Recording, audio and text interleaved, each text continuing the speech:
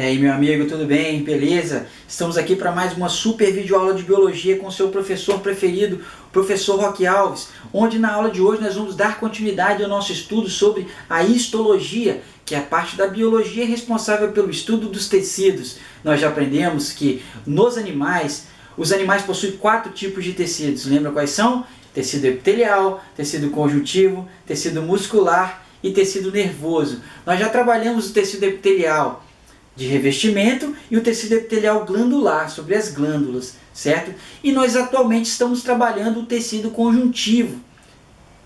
E esse tecido conjuntivo, como eu já apresentei para você, ele é dividido em 2. Nós temos o tecido conjuntivo propriamente dito, que vai dar preenchimento e suporte para os tecidos, e nós temos o tecido conjuntivo com propriedades especiais, onde nós já falamos sobre o tecido conjuntivo cartilaginoso, o tecido conjuntivo ósseo, o tecido conjuntivo adiposo e na aula de hoje talvez o mais importante para você saber dos tipos de tecido conjuntivo, que é o tecido conjuntivo sanguíneo. Muito bem, então vamos falar um pouquinho sobre o sangue e o tecido conjuntivo sanguíneo. Muita gente não sabe, mas o sangue ele é um tipo de tecido, ele não é um órgão, ele não é célula. O sangue é um tipo de tecido, uma classe de tecido conjuntivo. Muito bem, você sabe muito bem qual é a função do sangue. O sangue tem a função de transportar nutrientes, certo? É como se fosse uma estrada que existe dentro do seu organismo, são as artérias e as veias, são chamados de vasos sanguíneos. E esses vasos sanguíneos vão transportar essa substância tão importante que é o sangue, onde dentro do sangue vão estar dissolvidos vários nutrientes que são extremamente importantes para a sua saúde. Beleza? Então vamos aprender. Perceba que o sangue, esse líquido que circula por dentro dos vasos sanguíneos, ele é formado por 2 partes. Nós temos o plasma e os chamados de elementos figurados, certo? Perceba aqui, ó, o plasma é essa região mais amarelada do seu sangue, mais viscosa, né? E tem uma coloração amarelada. E qual é a função do plasma, professor? Para que serve o plasma do sangue? É no plasma que onde vão estar dissolvidos os nutrientes da sua alimentação. Então quando você come alguma coisa, né, esse alimento vai ser digerido, o seu intestino vai jogar ele no sangue e lá ele vai ficar dissolvido no plasma, onde ele vai ser transportado para todo o organismo. O que fica dissolvido no plasma, professor, de importante? Tudo, meu amigo. Água, íons, sódio, potássio, cloro, cálcio, as proteínas que são importantes para o seu organismo, né? Resíduos, substâncias que devem ser eliminadas, os gases respiratórios, os anticorpos, os hormônios. Então, tudo isso de importante fica dissolvido no plasma do sangue, os nutrientes e tudo mais. Muito bem, então lembra, o sangue é uma estrutura de transporte, um tecido responsável por transporte, e ele é formado pelo plasma, que é esse líquido amarelado, viscoso, onde estão dissolvidos os nutrientes, os anticorpos e os hormônios. E nós temos também os elementos figurados do sangue, né, que são as chamadas de células do sangue. Beleza? E quais são esses elementos figurados do sangue? Nós temos as hemácias, os leucócitos e as plaquetas. Certo? São estruturas muito importantes na composição do sangue. Você sabe onde são produzidos as hemácias, os leucócitos e as plaquetas? Elas são produzidas na medula óssea, no chamado de tecido hematopoético, que é uma parte interna dos nossos ossos que possui um tipo de célula chamada de célula mieloide. E essa célula mieloide é um tipo de célula tronco, ou seja, uma célula que consegue se transformar em hemácias, leucócitos e esses fragmentos celulares chamados de plaquetas, que nós vamos aprender a função dessas estruturas todas. Então uma coisa que você tem que entender, que hemácias, que são os glóbulos vermelhos, leucócitos, que são os glóbulos brancos, e as plaquetas são formadas no interior dos ossos, na chamada medula óssea, tá bom?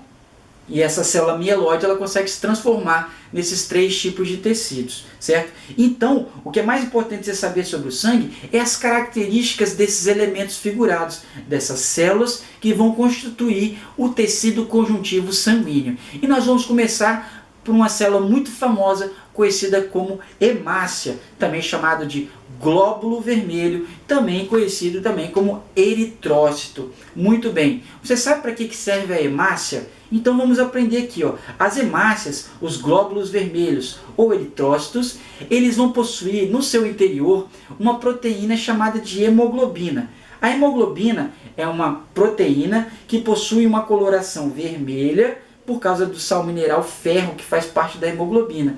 E para que serve a hemoglobina? Para que serve a hemácia, professor? Para transportar oxigênio e gás carbônico. Então, quando você respira, o oxigênio, o ar, né, ele entra no seu organismo e os seus alvéolos pulmonares, estrutura dos seus pulmões, vão pegar o oxigênio e vão jogar no seu sangue. O seu oxigênio, ele vai inicialmente para o plasma e depois vai entrar nas hemácias, onde ele vai ser transportado através das artérias para o organismo. E o oxigênio, só lembrando, ele é muito importante para o fornecimento de energia do organismo.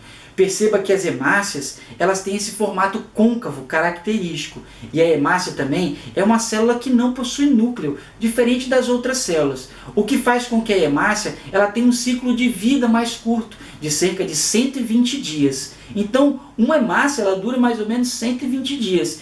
E o seu fígado vai ser responsável por eliminar as hemácias que já passaram da idade. E aí a medula óssea tem que produzir mais hemácias para que o seu corpo possa ter energia suficiente para ser transportado. Muito bem, então as hemácias são essas células muito importantes aí, certo? Perceba aqui nessa imagem, olha que interessante. Você tem dois tipos de sangue, que nós chamamos de sangue arterial e sangue venoso. O sangue arterial, que nós falamos, né, é o sangue que ele vai correr geralmente dentro das artérias, e é um sangue mais rico em oxigênio. Certo? Já o sangue venoso, ele geralmente corre dentro das veias e ele é mais rico em gás carbônico, o que vai dar essa coloração mais escura das nossas veias em relação às nossas artérias. Sangue venoso, mais gás carbônico, sangue arterial, mais oxigênio, certo? Muito bem. Uma outra célula muito importante para o nosso sangue, além das hemácias, são as plaquetas, certo? As plaquetas são células responsáveis pela coagulação do sangue.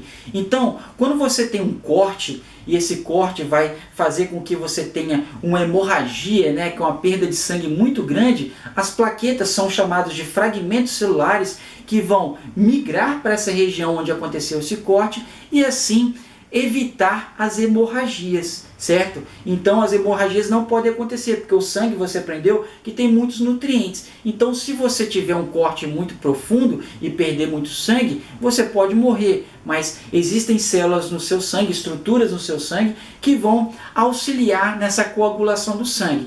E as plaquetas são um exemplo, como você pode ver, né, que formam o coágulo, que juntamente com as hemácias vão evitar as hemorragias, certo? Então nós aprendemos que o sangue é formado pelo plasma e pelos elementos figurados, que são as hemácias, que transportam oxigênio e gás carbônico, as plaquetas, que auxiliam na coagulação do sangue, certo? E nós temos também os leucócitos, que são os glóbulos brancos, que são o terceiro tipo de células aí do nosso organismo. Você sabe para que servem os glóbulos brancos? Para que servem os leucócitos? Os leucócitos são células de defesa do nosso organismo. Eles protegem o nosso organismo contra vários fatores externos, certo?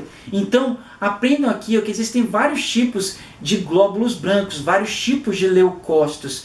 Nós temos um exemplo do neutrófilo, que é muito importante na fagocitose de micro-organismos. Então, quando entra uma bactéria, por exemplo, no seu organismo, o neutrófilo ele é o glóbulo branco que vai fagocitar e englobar essa bactéria para que ela pare de causar problemas para você, certo? Muito bem. Um outro glóbulo branco importante, um outro tipo de leucócito, são os basófilos. Esses basófilos estão ligados a reações alérgicas, porque eles são responsáveis pela produção de duas substâncias, que é a heparina e a histamina, que são substâncias vasodilatadoras e anticoagulantes, que vão fazer com que em situações de quando você se machuca com uma reação alérgica, essas substâncias são produzidas. Então o basófilo, ele vai existir em grande quantidade. Então eu quero que você entenda uma coisa, que uma das principais formas de diagnóstico para várias doenças é através do exame de sangue. E através do número de muitas dessas substâncias contidas no sangue, o médico pode identificar qual doença que a pessoa tem. Por exemplo, o neutrófilo que nós falamos anteriormente, se você fizer um exame de sangue e os neutrófilos tiverem uma quantidade muito grande, quer dizer, pode ser que seu corpo está sendo invadido por uma bactéria, já que os neutrófilos eles fagocitam bactérias. Se for uma situação de alergia, que é muito comum, o número de basófilos vai aumentar, certo? Porque é uma célula do sangue que está diretamente ligada a reações alérgicas. Outro tipo de glóbulo branco muito importante são os eosinófilos. Esses daqui estão ligados a parasitoses realizadas por vermes. Então, quando você tem uma verminose, né, o médico ele consegue identificar essa verminose, que é uma verminose. Lógico que você pode identificar através de exame de fezes e tudo mais, mas o exame de sangue, você pode perceber que é uma verminose através da presença dos eosinófilos, que são esses glóbulos brancos diretamente relacionados aí a vermes parasitas. Nós temos os linfócitos, que são células que conseguem reconhecer outros parasitas dentro do seu organismo, e os monócitos aí, que eles vão fagocitar também células mortas, fragmentos. Então perceba que nós temos vários tipos de glóbulos brancos, e esses glóbulos brancos eles vão estar diretamente relacionados à função que eles possuem. O número deles vai variar, certo? Então, se você tiver um aumento de glóbulos brancos no seu exame de sangue, isso não pode ser um fator positivo, quer dizer que o seu corpo pode estar sendo parasitado. E através de qual tipo de glóbulo branco que o médico identificou, ele pode saber o que o seu corpo está sofrendo, né? Bem, as hemácias, por exemplo, se você tiver um número, né, grande de hemácias dentro do seu organismo, normal, está tudo bem. Agora, se você tiver um nível de hemácia muito baixo, quer dizer que você pode estar desenvolvendo anemia. Uma das formas do médico de saber que você está com anemia é quando você tem um nível de hemácias abaixo do normal. E as plaquetas, quando elas estão muito baixas, isso pode acontecer em situações de hemorragia. Você pode ter, por exemplo, a dengue hemorrágica. Ela é identificada no exame de sangue através de um nível muito baixo de plaquetas. Então, doenças hemorrágicas podem ser diagnosticadas através do exame de sangue com nível baixo de plaquetas, certo? Então, geralmente no seu vestibular pode cair um exame de sangue e você poder reconhecer aí algumas doenças através disso daí, certo? Muito bem, meus amigos, espero que você tenha entendido a aula de tecido sanguíneo. Nós falamos um pouquinho também do tecido hematopoético, responsável pela produção de células do sangue. Um grande abraço, professor Roque Alves, professor de Biologia, te ensinando a histologia. Tchau, pessoal, até a próxima.